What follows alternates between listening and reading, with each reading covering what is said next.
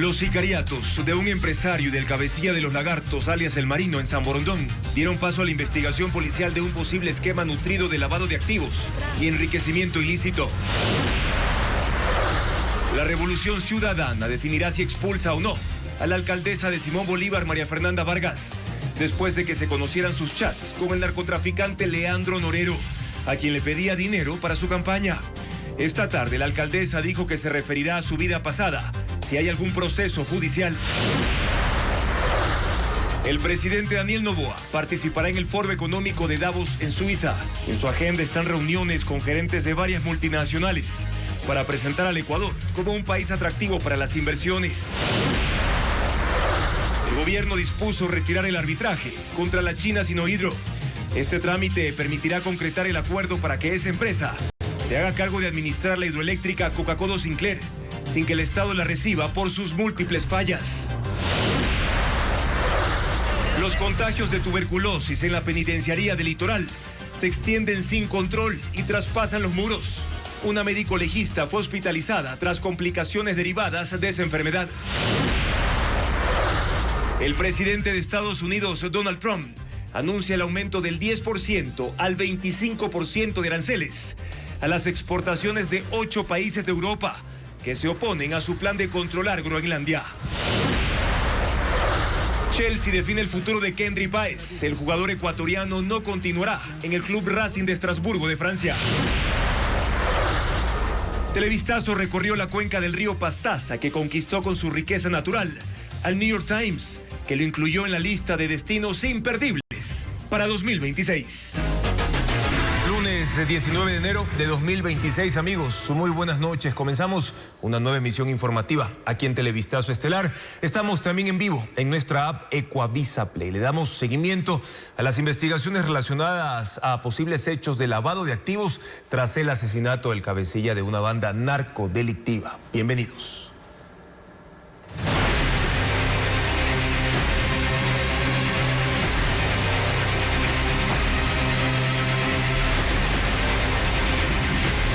Mafias, tentáculos peligrosos.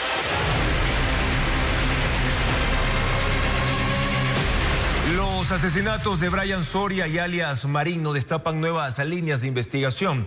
Las autoridades empezaron a seguir la pista del dinero y los bienes a su nombre. Ahora investigan si se trata de patrimonio lícito o un posible esquema de lavado de activos.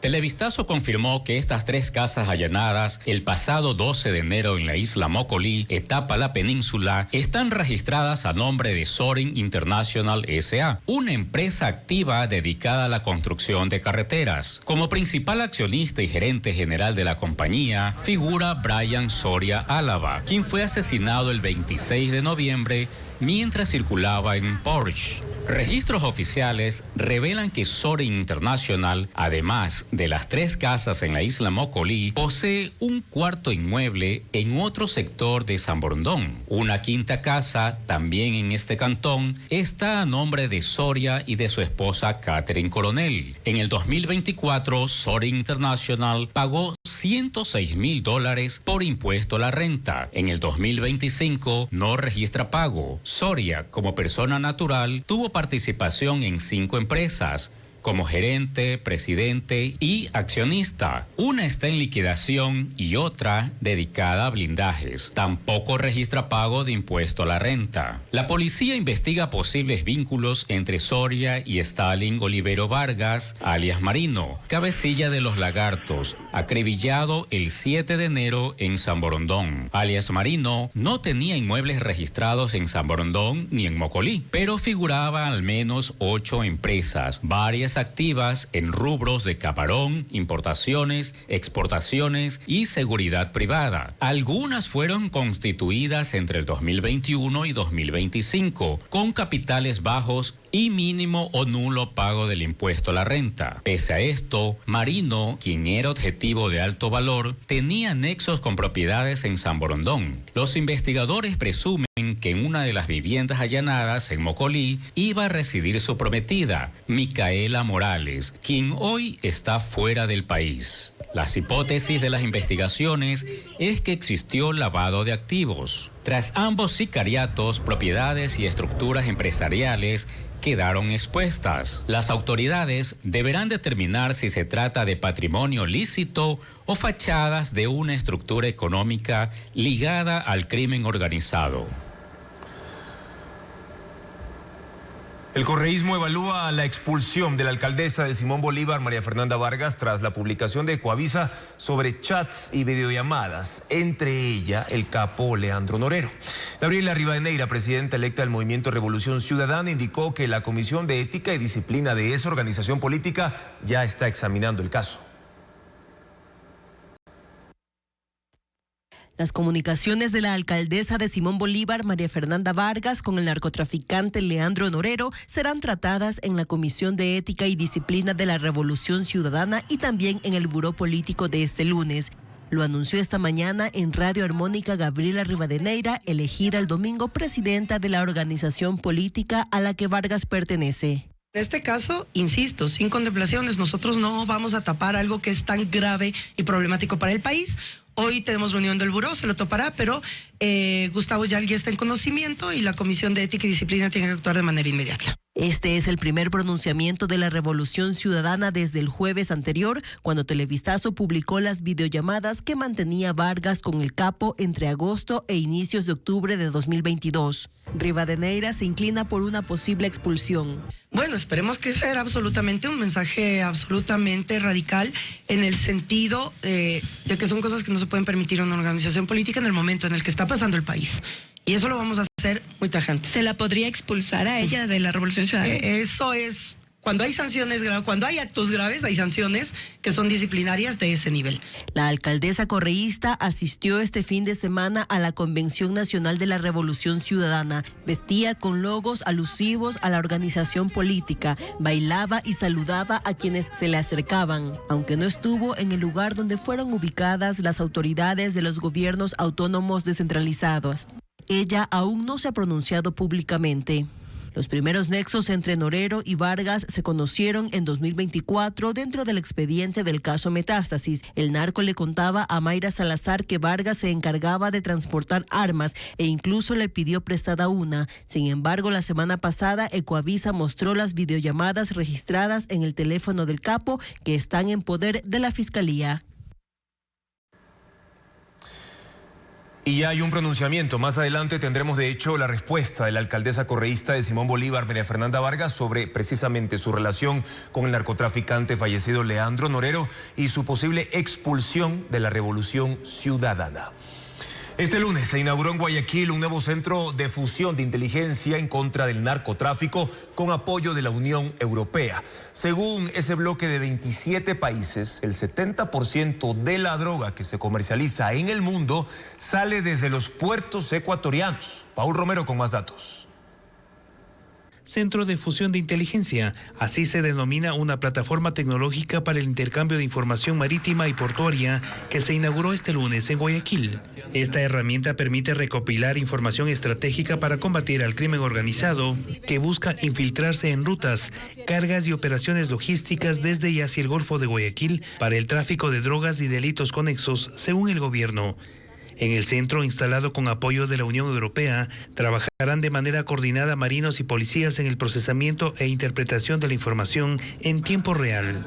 Los grupos delincuenciales se aprovechan de nuestro exitoso acuerdo comercial y lo usan para la sistémica contaminación de carga de diversos productos de exportación ecuatorianos. Esta cooperación, más bien que suma más de 2 millones de euros, ayuda a que el Ecuador tenga la información en conjunto con los otros países con los que estamos trabajando en buscar a los narcotraficantes, en buscar las cargas de ellos. El objetivo del Centro de Fusión de Inteligencia es reducir el tráfico de cocaína a la Unión Europea y otros destinos.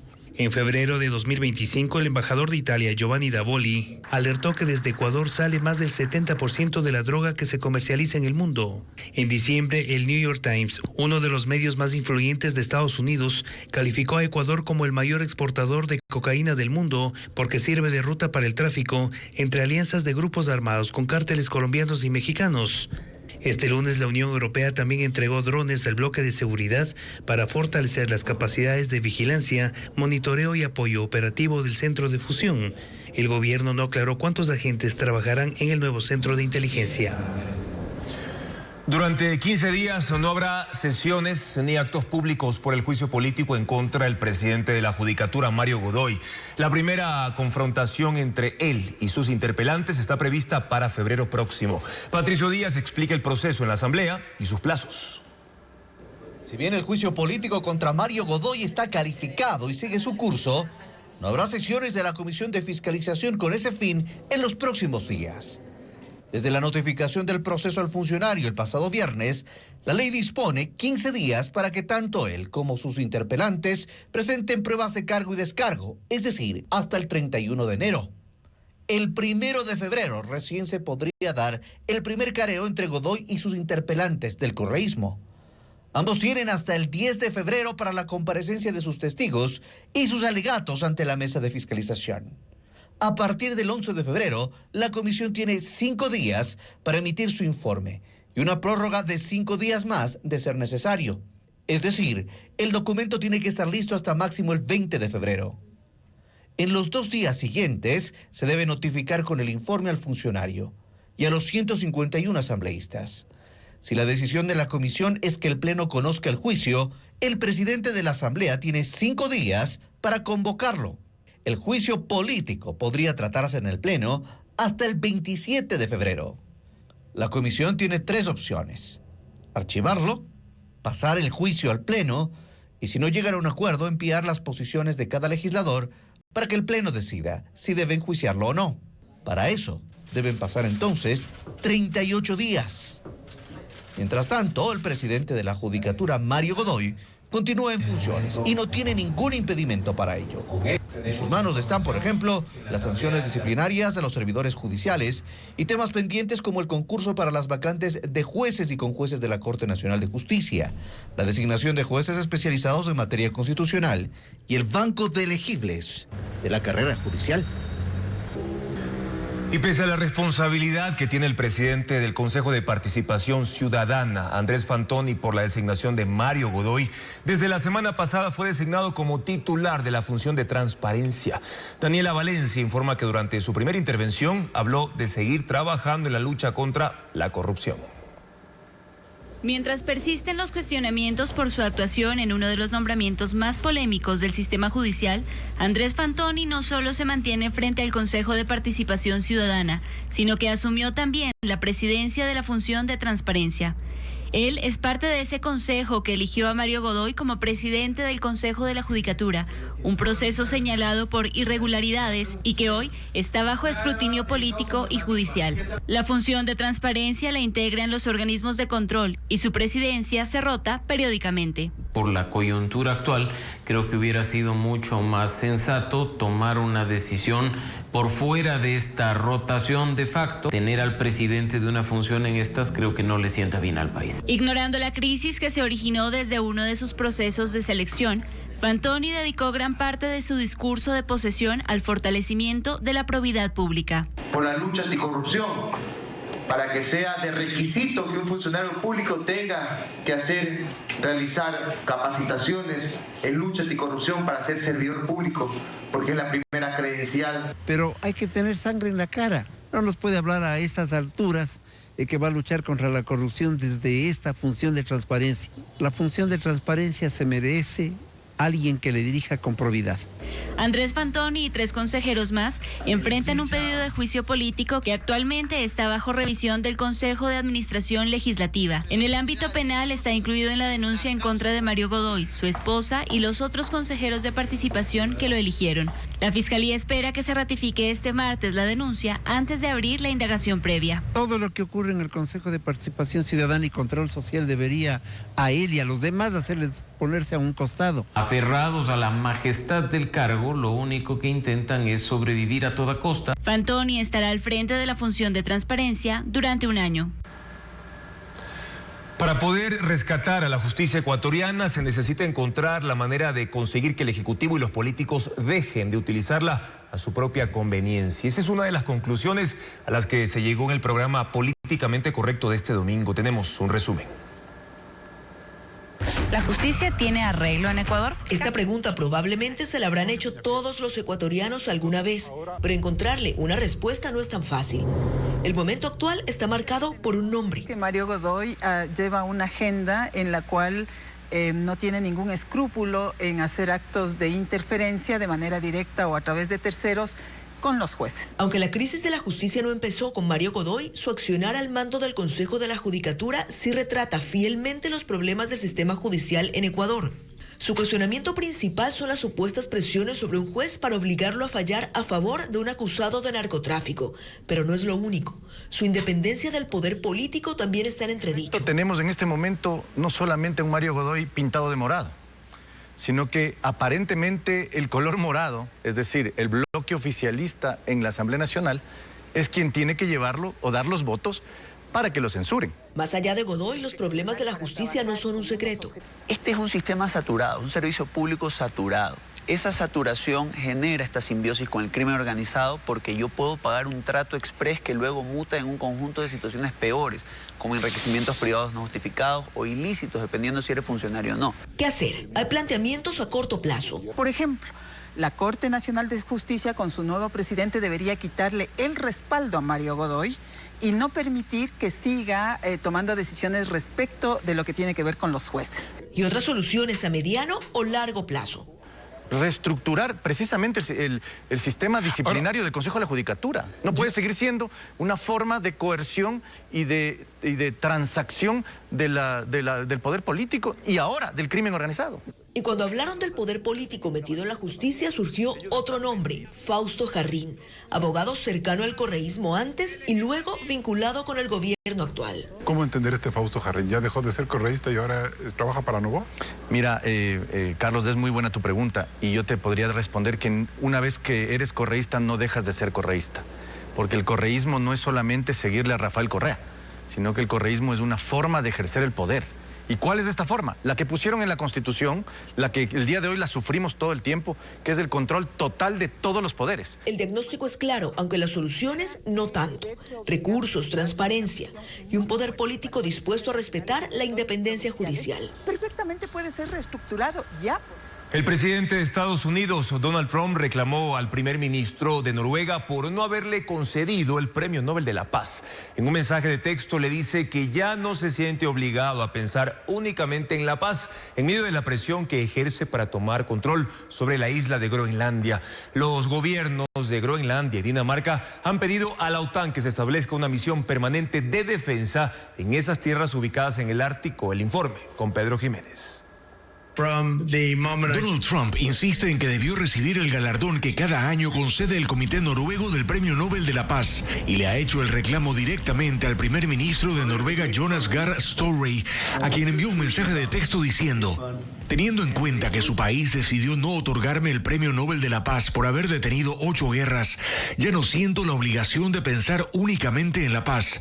Ahora puedo pensar en lo que es bueno y adecuado para los Estados Unidos de América.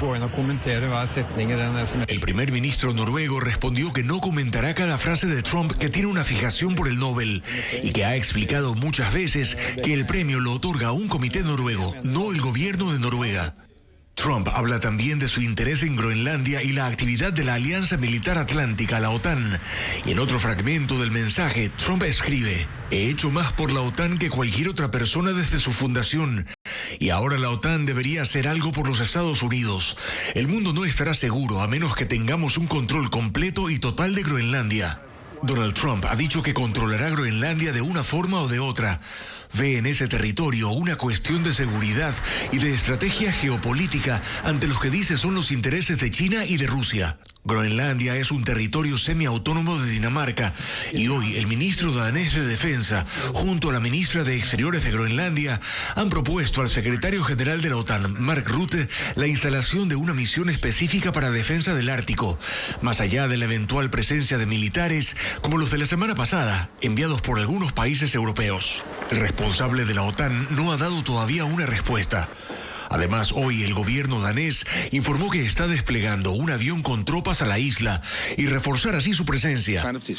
El ministro de Exteriores de Dinamarca advierte a su vez que Donald Trump nada va a conseguir con este tipo de presiones. 8 países europeos rechazan las nuevas amenazas arancelarias de Donald Trump a quienes se opongan a su control sobre Groenlandia. Alemania sostiene que es una prueba peligrosa para las alianzas estadounidenses en Europa, mientras que Dinamarca asegura que no se van a dejar chantajear. Veamos. Una nueva guerra arancelaria amenaza las relaciones de Estados Unidos con Europa desde el fin de semana, cuando Donald Trump anunció que impondrá un 10% adicional de aranceles a las exportaciones de 8 países desde el 1 de febrero y que lo subirá a 25% en junio si hasta entonces no logra tomar control de Groenlandia, la enorme isla que es un territorio danés autónomo en el Ártico. Los países amenazados por oponerse al plan de Trump son Reino Unido, Finlandia, Noruega, Suecia, Alemania, Países Bajos, Francia y por supuesto Dinamarca. La primera ministra danesa ha dicho que no cederán a los chantajes de Trump. El canciller alemán Friedrich Merz señala que los consumidores estadounidenses serán quienes paguen por los aranceles, que por supuesto también se va a perjudicar la economía europea y sobre todo que la amenaza de Trump plantea una prueba potencialmente peligrosa para las alianzas de Estados Unidos en Europa. Desde Reino Unido, el primer ministro Keir Starmer dijo esta mañana que la manera correcta de abordar un asunto de gravedad como el de Groenlandia es con un diálogo sereno entre aliados, que la seguridad de Groenlandia importa cada vez más como una cuestión estratégica, pero que el futuro le corresponde solo a ese pueblo y al reino de Dinamarca. Europa sostiene que su fortaleza radica en su condición de bloque de países y que Trump no puede penalizar a unas naciones sí y a otras no, según su conveniencia política. En respuesta, analizan la posibilidad de reactivar un paquete de contramedidas arancelarias por casi $100.000 millones. El presidente de la República, Daniel Noboa, está en Davos, Suiza, para participar en el Foro Económico Mundial. Según la Cancillería de la República, el objetivo es captar inversión extranjera mediante reuniones con empresarios. Patricio Díaz amplía la información. El presidente Daniel Noboa llegó a Davos, Suiza, y participará desde este martes en la reunión del Foro Económico Mundial. Será uno de los expositores en el panel sobre reconstruir la confianza en Latinoamérica. Según informó la presidencia, participará también en otros 2 foros sobre la inversión en la región y el liderazgo de jóvenes jefes de Estado. El posicionar al Ecuador como un país atractivo para la inversión es el principal objetivo de este viaje, de acuerdo a Cancillería, y detectar también oportunidades en energía, comercio e innovación. Para eso, el mandatario, además de su presencia en los eventos del foro, tiene en su agenda reuniones con empresarios privados, entre ellos el vicepresidente ejecutivo de Cargill, empresa estadounidense dedicada a la agroindustria, el CEO de Palantir Technologies, empresa de software para análisis de datos, el CEO de Visa, el CEO de Sigpa, empresa de seguridad digital, de BHP, una de las empresas mineras más grandes del mundo, el presidente del grupo financiero Safra y el CEO de DP World, empresa de logística, operadora de puertos. Sus reuniones también pasan por organismos multilaterales con quienes se busca impulsar en el mercado internacional la emisión de al menos $7.000 millones en bonos. Noboa estará con los presidentes del Banco Mundial, del Banco Interamericano de Desarrollo y la presidenta del Fondo Monetario Internacional.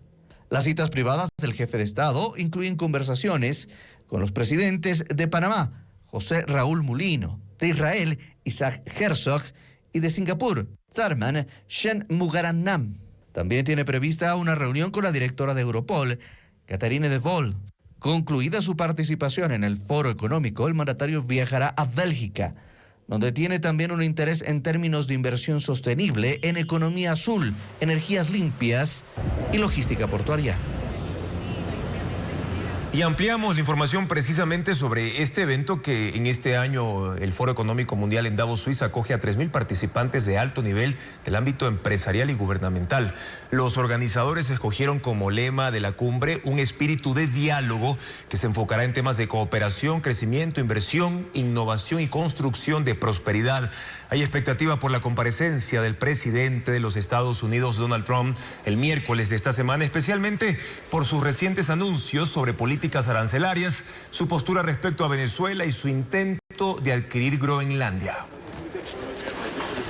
Y les contamos ahora que el país apunta a recomprar deuda externa para postergar los pagos de capital que este 2026 deben empezar sobre los bonos 2030 y 2035. Ahora, las condiciones macroeconómicas del país generan una situación favorable para esta operación. Sin embargo, lejos de ser una medida estructural, la emisión de nuevos bonos busca un diferimiento en cuanto al volumen de pagos. Veamos la explicación. El gobierno busca recomprar bonos 2030 y 2035. Para entender esa acción se deben tomar en cuenta algunos indicadores. La primera cifra que se debe considerar es la de riesgo país. Al inicio del mandato del presidente Noboa estaba en 1925 puntos. El 16 de enero Ecuador registró 462 puntos. Esta reducción genera una ventana de oportunidad para que una sustitución de deuda pueda darse en mejores condiciones. Lo segundo a considerar es que la tasa de interés promedio que pagan los bonos 2030 y 2035 es de 5,3% y la recompra que busca Ecuador se daría con una tasa de interés ligeramente superior al 9%. Sin embargo, la ventaja para el país es que el plazo de pago se extendería. Hay que tomar en cuenta que en 2026 se empieza a pagar capital y ya no solo intereses sobre esos bonos, como lo recuerda Jean-Paul Lofredo, ex subsecretario de Financiamiento Público. Tú puedes ver cómo el servicio de deuda casi que se duplica en este año por el tema de bonos internacionales. Y claro, si tú ya llegas al 2031, vas a ver que casi que se va a triplicar. El tercer indicador es el monto de bonos en el mercado, 3.700 millones de bonos 2030, 8.400 millones en bonos 2035. Al momento no se sabe de cuánto será la negociación, el ejercicio de recompra.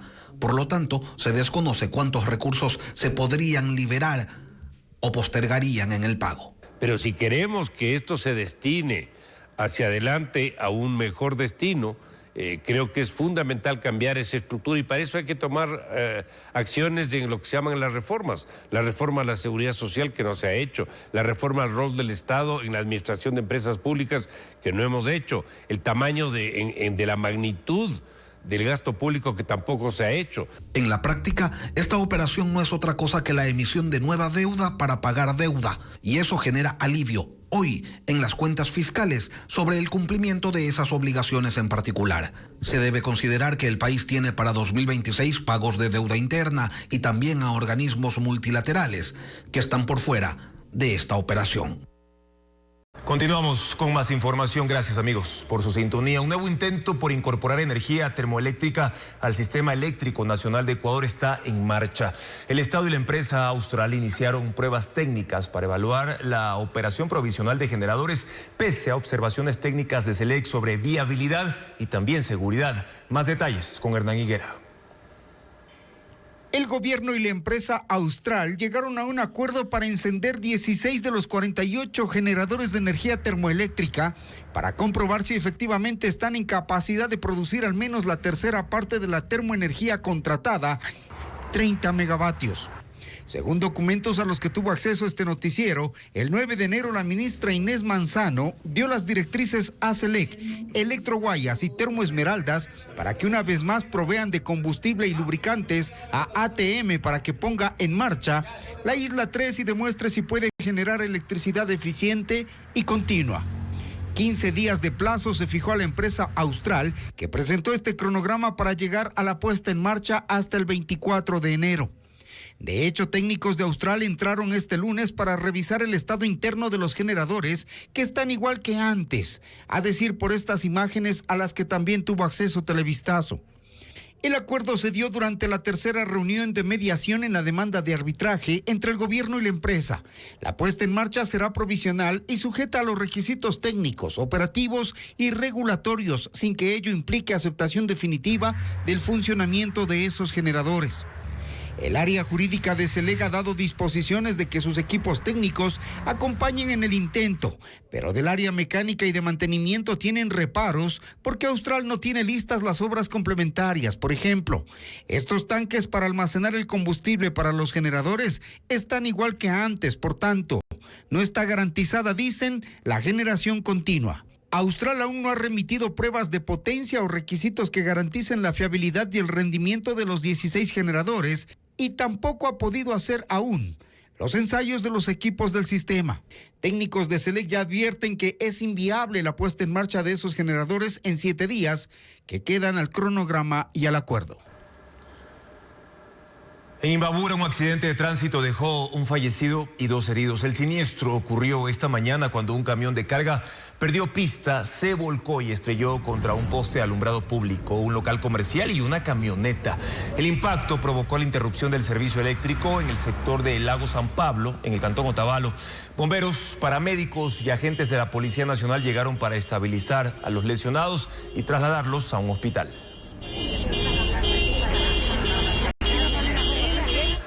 Aproximadamente 1.800 migrantes ecuatorianos deportados desde Estados Unidos están inscritos en el programa gubernamental Ecuador es tu hogar, que ofrece bonos temporales. Carla Delgado dialogó con 2 ciudadanos quienes narran las difíciles circunstancias que enfrentan tras su regreso al país.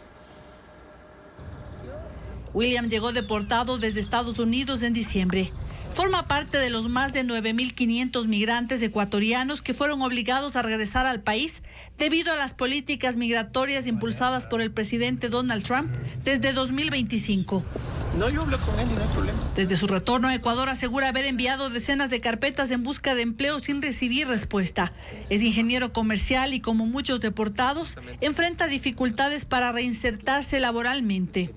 No solo porque deben empezar desde cero, sino porque muchos cargan con los recuerdos traumáticos de las capturas. Trabajaba en un emprendimiento de estampados de camisetas y fue contactado por supuestos compradores. Bajo del auto, con la muestra de la camiseta, me estoy acercando a la camioneta y encuentro que los conductores eran gente de ICE, que ya enseguida llegaron 5 camionetas, de la cual se bajaron gente armada hasta los dientes, como solo se ve tal vez en las películas, cuando empiezan tal vez a seguir a un delincuente, a un mafioso tal vez. Allí dice, comenzó su pesadilla. Para llegar a Ecuador, tuvo que pasar 79 días por distintos centros de reclusión en Chicago, Michigan y Luisiana, hasta finalmente ser deportado al aeropuerto de Guayaquil. Son condiciones ni siquiera humanas, porque en un cuarto muy pequeño, tal vez de 8 metros, 10 tal vez, estábamos metidas 100 personas. ¿Qué no vi? Vi muchas personas que salían, nunca regresaron, enfermas, colapsadas, con muchos problemas de salud. Había personas que inclusive fallecieron ahí y que eso nadie sabe.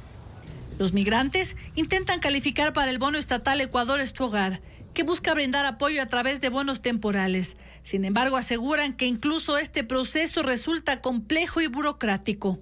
La subsecretaria de Protección Especial del Ministerio de Desarrollo Humano asegura que el trámite tarda 2 meses debido a que los solicitantes deben pasar previamente por procesos de calificación. Que sea mayor de edad, que no tenga antecedentes penales en el Ecuador, que se encuentren en el listado de bienvenidos a tu país, que no se encuentren habilitados en los diferentes pagos, transferencias monetarias que son administradas por el Ministerio de Inclusión Económica y Social anteriormente, ahora Ministerio de Desarrollo Humano. Dice que hasta el momento 1.800 personas se han inscrito para recibir este bono que contempla $470 mensuales durante 3 meses. De ellas, 1.600 ya han recibido el beneficio, para el que este año el gobierno ha previsto más de $500.000.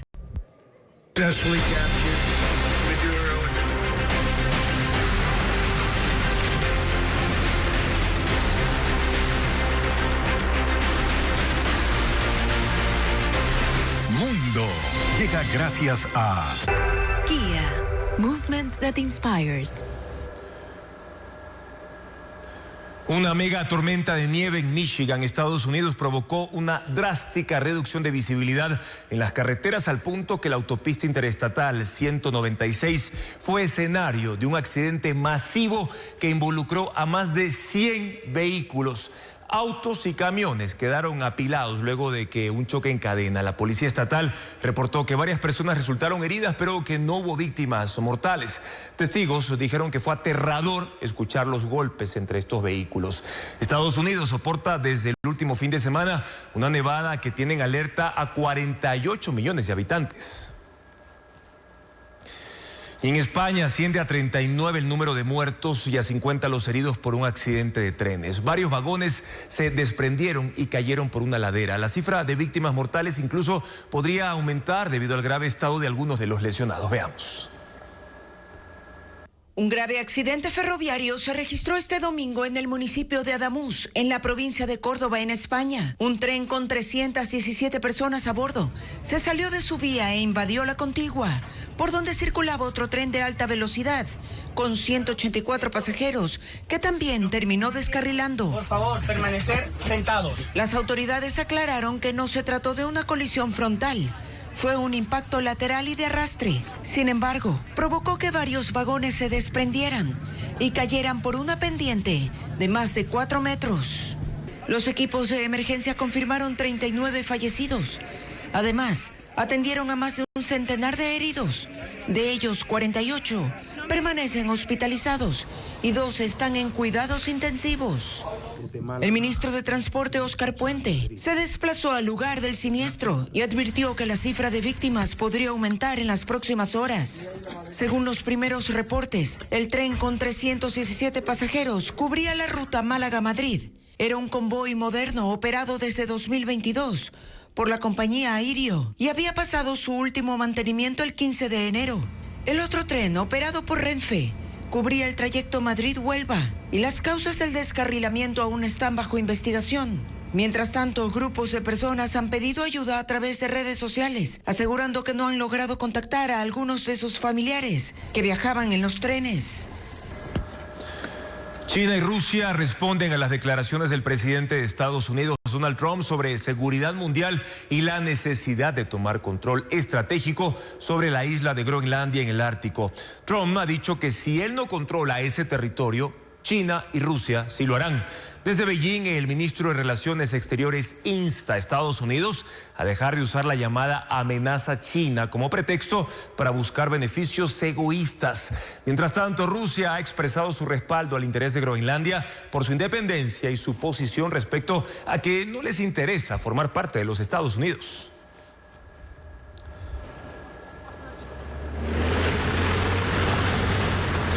En otros temas internacionales, asciende a 19 el número de muertos y a más de 50.000 los evacuados por los incendios forestales en Chile. Se quemaron al menos 20.000 hectáreas en las regiones de Ñuble y Biobío. 3.700 bomberos combaten ahora las llamas. Hay al menos 14 focos activos. El presidente Gabriel Boric decretó estado de catástrofe, lo que implica que Fuerzas Armadas tomarán ahora el control, y tras conocer informes de saqueos en la comuna de Penco, advirtió que cualquiera que se ve involucrado en alteraciones del orden público o en prender fuego de manera intencional va a ser perseguido y sancionado.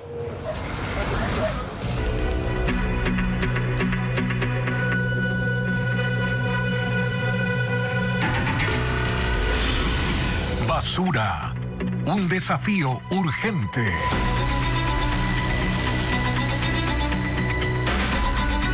La recolección de basura en Quito está amenazada porque su flota de recolectores está próxima ya a cumplir su vida útil.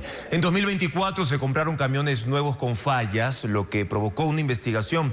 La ciudad apura el paso para tener nuevos espacios donde depositar la basura. Diego Puente con una radiografía del manejo de desechos en la capital.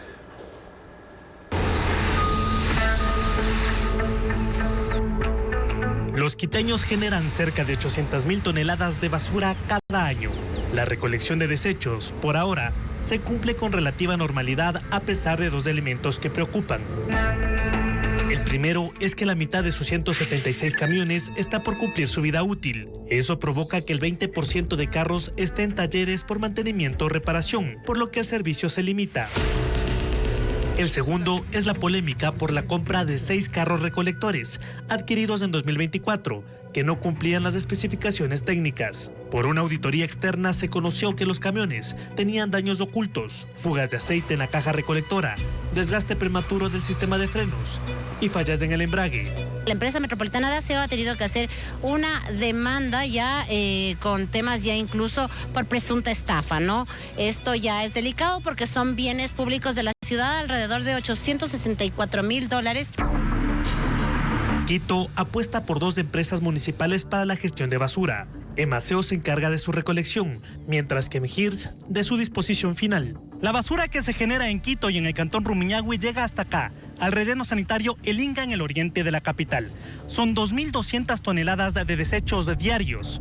A mis espaldas se puede observar una montaña de basura que representa un solo día de recolección. A este ritmo, la vida útil del relleno sanitario durará 8 meses. Por la gravedad, los líquidos se escurren y son recogidos de pozos para su tratamiento. Son tantos que llenan piscinas enteras. Los lixiviados de un color negro son tratados hasta conseguir su transparencia. El líquido se limpia en estas máquinas luego de cumplir 23 procesos. Finaliza con la última toma de muestras y con los resultados favorables se vierte al río Inta. El costo diario para este proceso es de unos $20.000. El objetivo es tratar de inmediato los líquidos y no acumularlos como ocurrió hace 3 años, cuando había 10 piscinas llenas. El número ha bajado a 6 y este año se secará y cerrará la más grande. Hay un tema pendiente: construir nuevos cubetos. El municipio adquirió 119 hectáreas frente al actual relleno para un complejo ambiental. El valor de las obras para el primer cubeto es de $7,5 millones y está financiado. Para septiembre del 2026 nosotros ya tendríamos listo el cubeto 1, zona 1, de tal manera que termina la vida útil del cubeto 11 y nos pasamos ya al complejo ambiental.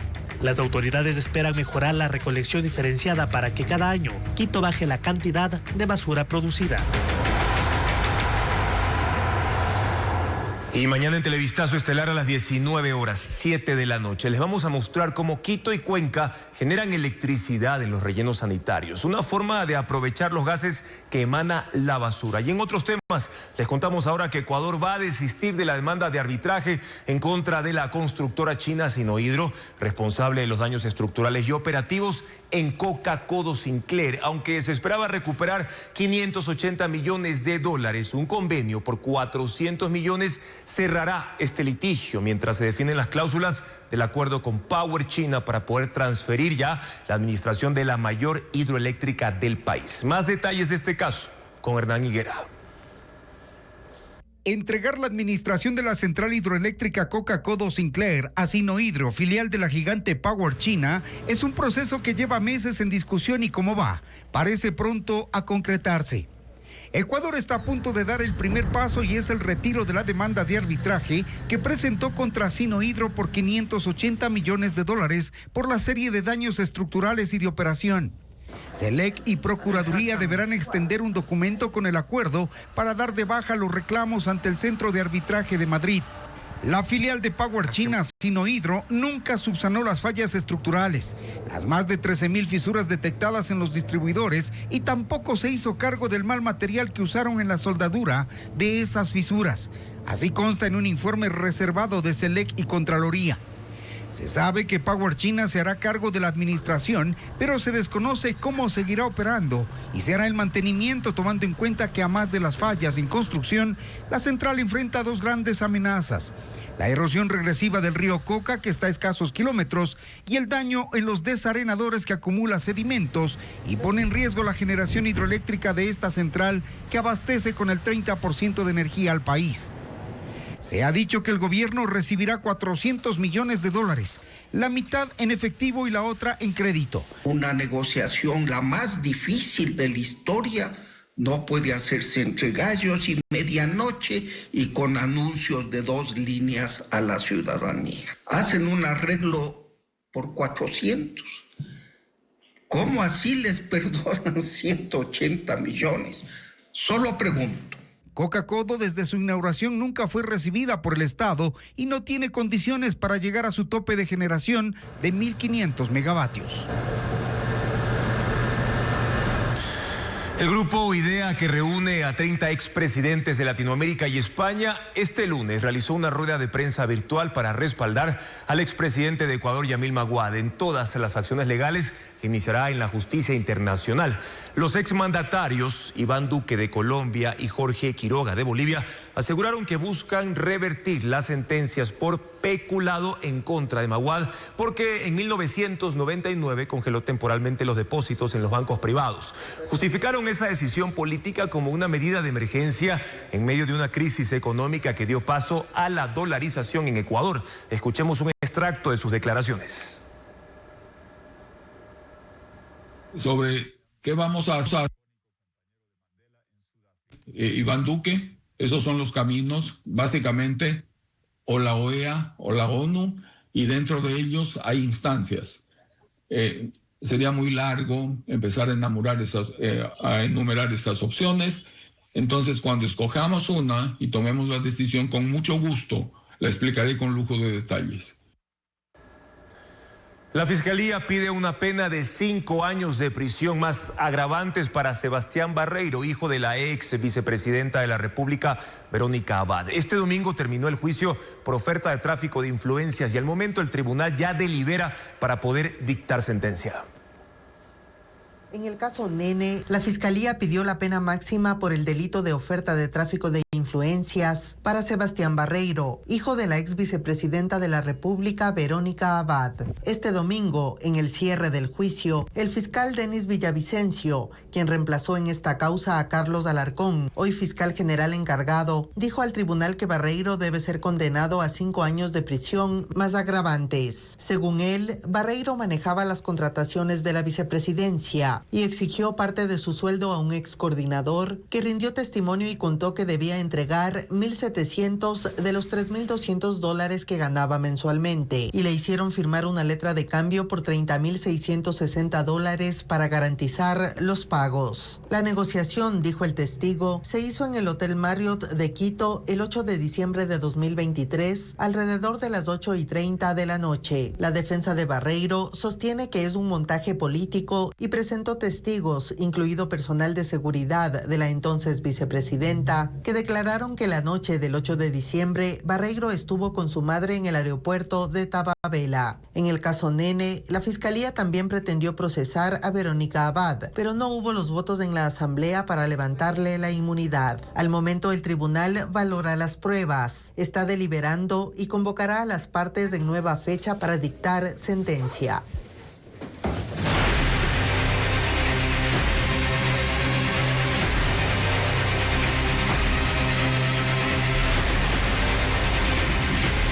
Mafias, tentáculos peligrosos.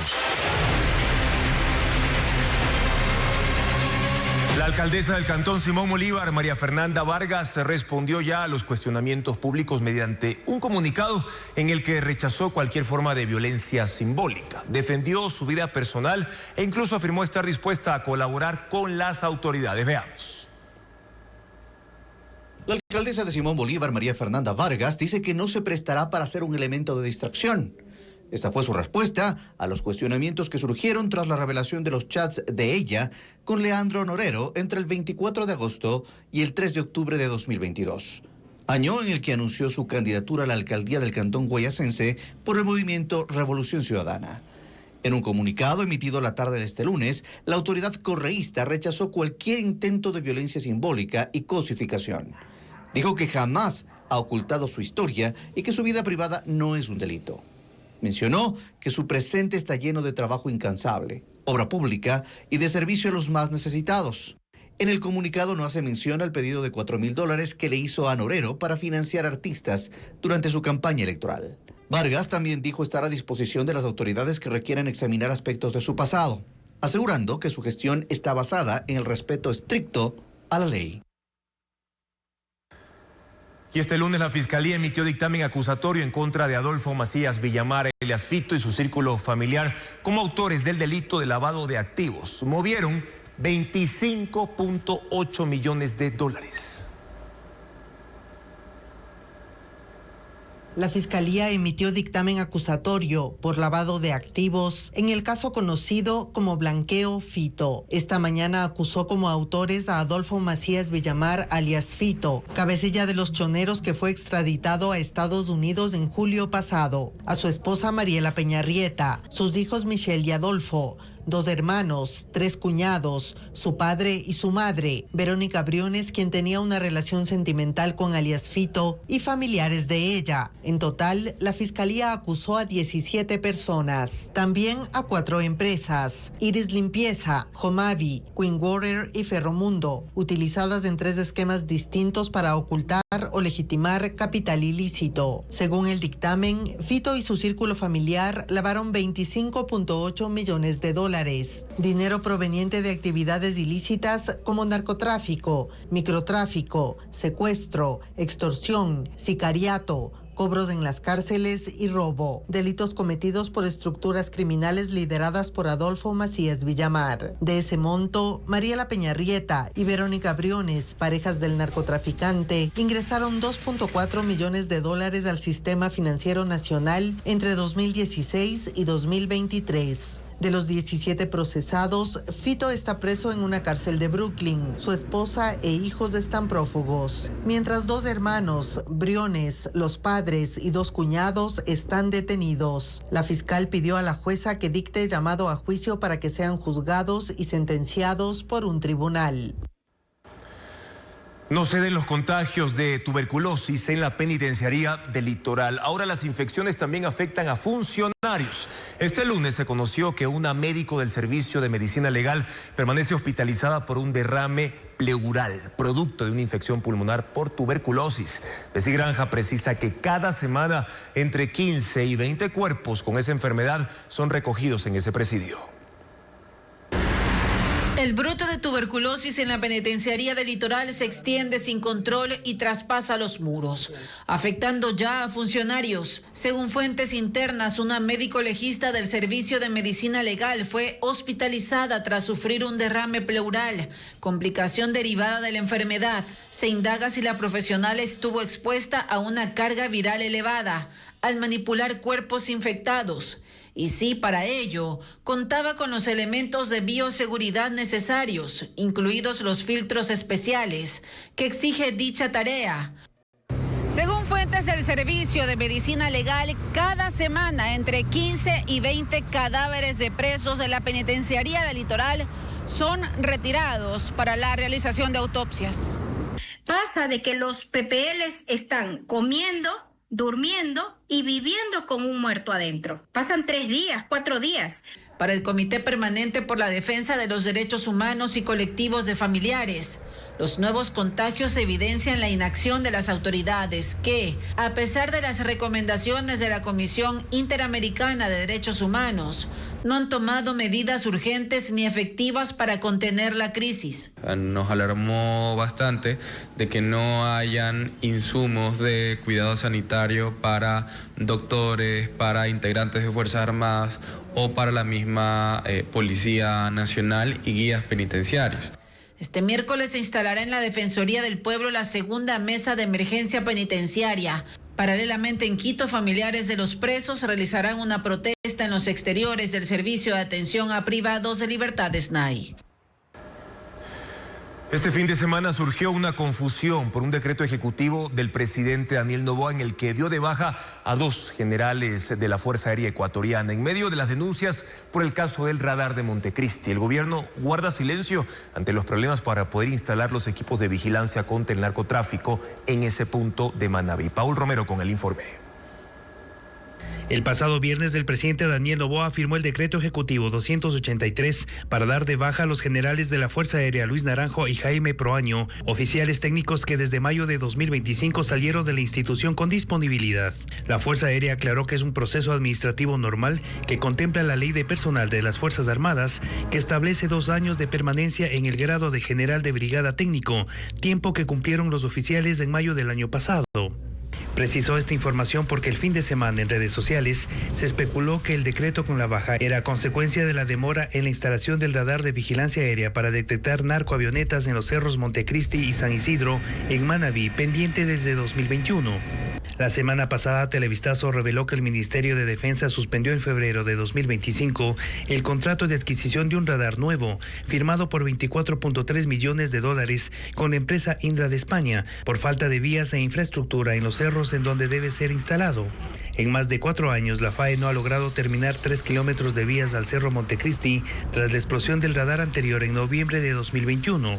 Después de la publicación del reportaje, el Ministerio de Defensa contestó el requerimiento planteado días antes por Televistazo y ofreció una entrevista con el comandante de la FAE acordada para el jueves de la semana pasada, entrevista que fue cancelada. sobre la falta de gestión del Ministerio de Defensa para la instalación del radar, considerado estratégico para la lucha contra el narcotráfico, la demora en la construcción de vías y la congelación desde hace un año, 5 meses de $5 millones recuperados del seguro para reconstruir el averiado, el gobierno no ha tomado decisiones. La designación del representante de los afiliados ante el Consejo Directivo del IES sigue sin resolverse por una disputa jurídica que mantiene el trámite en suspenso. Mientras el impasse persiste, el Instituto de Seguridad Social y el Consejo Nacional Electoral avanzan en el cronograma preliminar para poder elegir al delegado. Carla Delgado amplia la información. El futuro de la vocalía de los asegurados en el Consejo Directivo del Instituto Ecuatoriano de Seguridad Social continúa siendo incierto. Desde diciembre, Jorge Moncayo, representante de la Organización Única de Trabajadores del Ministerio de Salud, OSUTRAMSA, busca posesionarse en el cargo, amparado en una medida cautelar otorgada por una jueza de Portoviejo. Este lunes, por tercera ocasión, se suspendió la audiencia en la que debía conocerse la resolución judicial. La jueza aún no fijó una nueva fecha para reinstalar la diligencia. Mientras tanto, el IES y varias organizaciones de trabajadores intentan frenar la posesión de Moncayo. Se oponen a que asuma el cargo por decisión judicial. El IES solicitó formalmente la revocatoria de la medida cautelar al considerarla ilegítima. Porque hay normas. Y en este caso, como le mencionaba, incluso hay un vacío normativo, pero eso no habilita a que un grupo de personas se autoconvoque, hayan determinado que tal persona deba ser representante de los asegurados. Henry Llanes advierte que se estaría normalizando la designación de vocales de los afiliados mediante medidas cautelares, como sucedió con Richard Gómez, quien ahora está fuera del país y es investigado por un presunto desfalco en la Corporación Nacional de Electricidad. Seguramente habrán intereses económicos y políticos. Yo creo que eso hay porque de la forma como quieren ingresar al Consejo Directivo del IES es de manera fraudulenta. Mientras la justicia resuelve, el IES coordina con el Consejo Nacional Electoral la organización del proceso de elección del representante de los asegurados en el Consejo Directivo.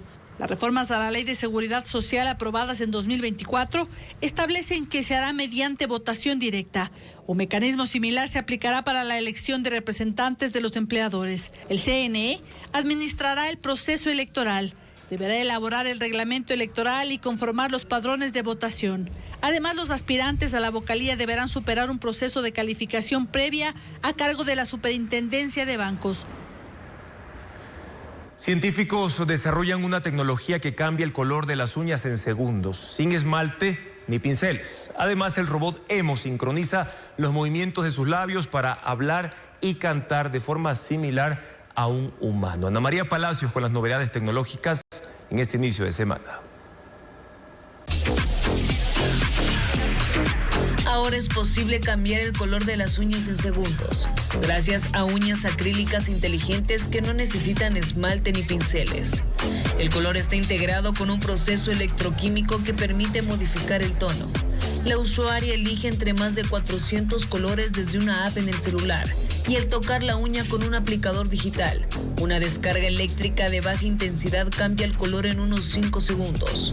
El kit costará $95 y saldrá a la venta en junio de este año.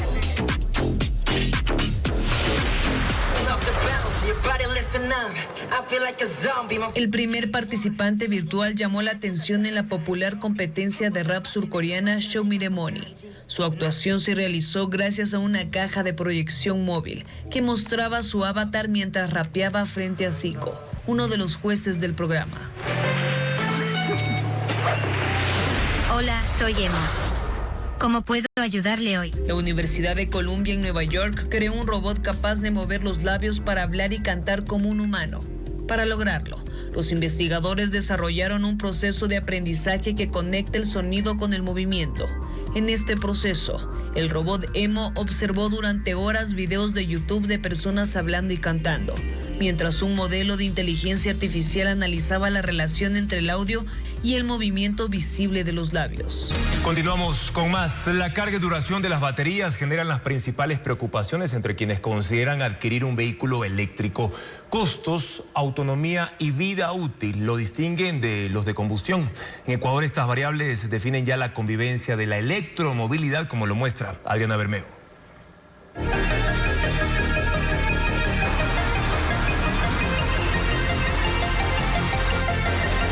Los sistemas de carga y las baterías son el corazón de los autos eléctricos y dos de los aspectos que más interés despiertan entre quienes buscan comprarlos. En Ecuador, el costo de una carga completa que se compara con una tanqueada de gasolina varía según el lugar, la potencia del punto de conexión y la capacidad de la batería.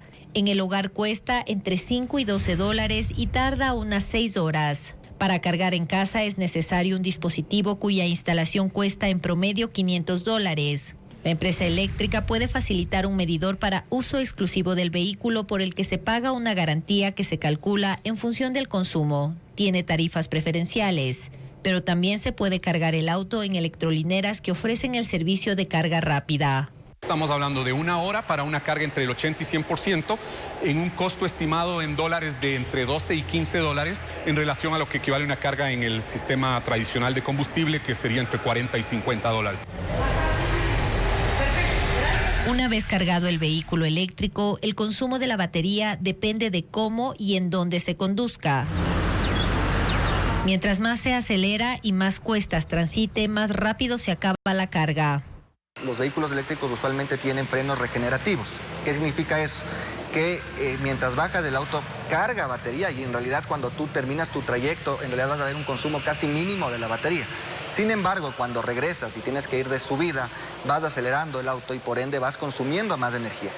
En general, las baterías de los vehículos eléctricos que se venden en Ecuador soportan entre 3.000 y 8.000 ciclos de carga. Un ciclo se completa cuando la batería pasa de 0 a 100% y utiliza esa energía para recorrer una determinada cantidad de kilómetros, conocida como autonomía. Por ejemplo, un auto con una autonomía de 300 kilómetros y una batería diseñada para resistir 5.000 ciclos podría tener una vida útil de 30 años si se recarga 3 veces por semana. No es que la batería se apaga, simplemente la batería es menos eficiente, es como un celular. Tú cargas tu celular y hoy por hoy te dura todo el día, pero después de unos años tú cargas el celular y te dura 3 horas. Para que una batería dure más, pues tienes que evitar hacer cargas rápidas, muchos ciclos de carga rápida. Tienes que evitar que tu batería llegue al 0%. Tienes que mantener al menos un margen de un 20 o un 30% de carga. El ritmo de manejo tiene que ser relajado.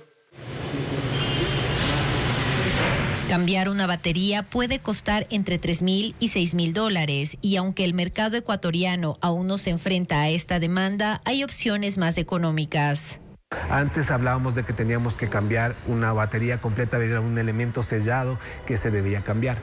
Hoy por hoy vienen packs dentro de la batería y si un pack deja de funcionar se puede cambiar el pack. Las empresas comercializadoras de vehículos eléctricos proyectan que en 10 años el cambio de las baterías costará la mitad o menos.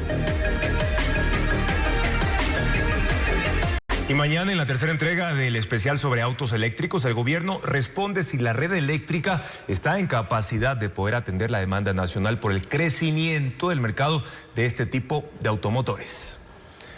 Les contamos ahora que la ecuatoriana Sol Betancourt obtuvo el premio Sobas máximo galardón de la industria de la locución, conocido como el Oscar de la Voz. La ceremonia se celebró en Los Ángeles, Estados Unidos. Ana María Palacios nos cuenta más de este evento en el que destacó el orgullo ecuatoriano. Chapa acostado detectado más adelante. Chapa acostado detectado más adelante. Conocida por ser la voz de Waze en Ecuador y Latinoamérica. Hace 2 minutos te dije que gires a la derecha. A la otra derecha. Y del metro de Quito. Buenos días. Para nosotros es un placer llevarte a tu lugar de destino. Sol Betancourt es una de las voces más destacadas del país. Ganó el premio Sobas, otorgado por la Sociedad de Artes y Ciencias de la Voz, en la categoría Mejor Demo y Learning en Español. Los Sobas son los galardones más prestigiosos del mundo en la industria de la locución y son considerados los Óscar de la Voz. Quiero que sepan que estoy muy contenta, muy feliz. La reconocida locutora compartió su alegría en redes sociales, donde destacó su arduo trabajo y su pasión por la profesión. Correctas para expresarles y contar. Y de los deportes pasamos ahora a hablar de turismo, porque la cuenca del río Pastaza concentra en un solo trayecto algunos de los paisajes más representativos del Ecuador, desde las cascadas andinas de Baños hasta la llanura amazónica de Pastaza. Johanna Duche nos guía por este corredor natural y explica por qué fue reconocido por The New York Times entre los destinos imperdibles para visitar en este 2026. La cuenca del río Pastaza se coloca en el radar turístico global, luego de que The New York Times la incluyera entre los destinos mundiales imperdibles para visitar en 2026. Y esta distinción no es casual. El Pastaza funciona como un corredor natural entre los Andes y la Amazonía, un eje que conecta ecosistemas y formas de vida. El río recorre aproximadamente 710 kilómetros, nace en las estribaciones del volcán Tungurahua, atraviesa las provincias de Pastaza y Morona Santiago y continúa su cauce hasta internarse en Perú. A lo largo de su ribera se asienta Baños de Agua Santa en Tungurahua, rodeado de montañas que descargan sus aguas en el Pastaza. Una de ellas es la Cascada Chamana, un conjunto de 7 saltos en la parroquia Ulva. 5 kilómetros más adelante, en el sector Agoyán, el río Huamaj se une al Pastaza en un espectáculo de 2 cascadas. En este punto, tarabitas permiten cruzar hacia el bosque Huamaj, área que resguarda al oso de anteojos. El caudal sigue al este, en la parroquia Río Verde, donde la fuerza del agua se manifiesta en la cascada El Pailón del Diablo. Con cerca de 80 metros de alto, es uno de los sitios turísticos más visitados del país. Es increíble, o sea, desde que estamos en la carretera pudimos ver todo el río y la verdad fue increíble, es hermoso, es súper grande. En sus recorridos se integran otros espacios de conservación como el refugio de vida silvestre Río Machay y el Cerro Candelaria, hábitats de orquídeas únicas en el mundo, entre ellas las del género Drácula. Ya en la Amazonía Baja, en la provincia de Pastaza, el río se ensancha y se ramifica en la llanura. Esta dimensión del paisaje se evidencia desde el mirador Indichuris, en la parroquia Pomona. Turísticamente estamos marcando, haciéndonos conocer a nivel internacional. Imagínate con el río Pastaza, donde hacemos los deportes extremos, como son la kayak, como es rafting. Y más allá de su atractivo turístico, río abajo el Pastaza sostiene la vida cotidiana de cientos de comunidades quichua, shuar y achuar. Es fuente de pesca, ruta de transporte fluvial y columna de un territorio donde el agua no solo moldea el paisaje, sino también la forma de habitarlo.